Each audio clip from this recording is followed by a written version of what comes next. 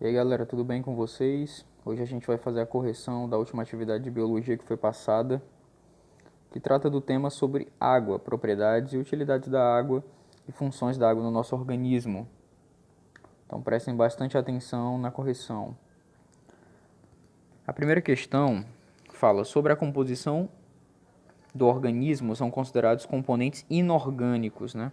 Ou seja, a pergunta é quais componentes são considerados inorgânicos. Aí nós devemos lembrar na divisão de grupos em que água e sais minerais são considerados componentes inorgânicos e carboidratos, proteínas, lipídios, ácidos nucleicos, vitaminas são considerados componentes orgânicos, tá certo? Então, resposta letra C. Água e sais minerais são considerados componentes inorgânicos, aqueles componentes que geralmente são encontrados na natureza de organismos não vivos.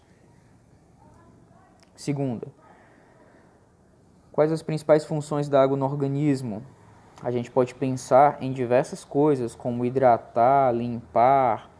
A água serve para matar a sede, serve para várias coisas, mas, gente, quando é uma pergunta de biologia que quer saber quais são as funções desenvolvidas pela água no organismo, nós devemos ter ciência de que se tratam de funções específicas da água no nosso organismo. E, basicamente, a água tem 3 funções no nosso organismo, que é regular a temperatura do corpo através da retirada do calor pelo suor, dissolver as substâncias, que é o chamado solvente, e transportá-las pelo nosso organismo, dissolvendo e transportando. Resposta letra D de dado. Não esqueça disso, tá bom?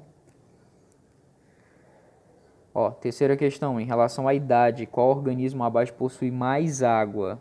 Pessoal, lembre-se que a proporção de água no corpo varia, né? A proporção de água no corpo varia de acordo com a faixa etária, que quanto mais novo, maior o percentual de água. Eu não quero dizer que o corpo de um bebê tem mais água do que de uma pessoa adulta, não.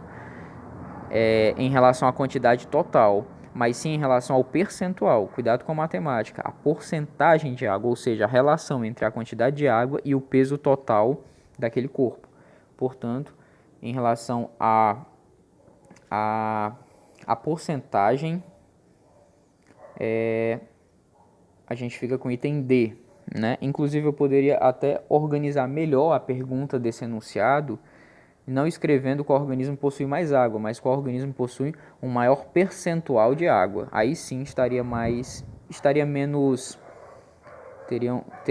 polêmica nesse enunciado, tá bom?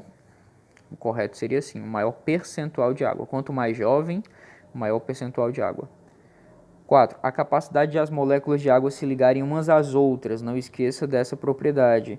A água se ligar às suas próprias moléculas é a chamada coesão. Letra B de bola.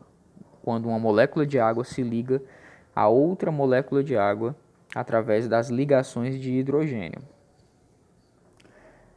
Quinta, a capacidade das moléculas de água aderirem às moléculas de outras substâncias polares, aí é a questão de água conseguir se aderir a outras substâncias.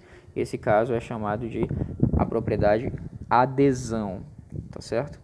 E lembrando que as outras propriedades não ditas, capilaridade é a capacidade da água de subir em tubos finos e tensão superficial, aquela força, né, aquela camada da superfície de água que serve como resistência a alguns materiais.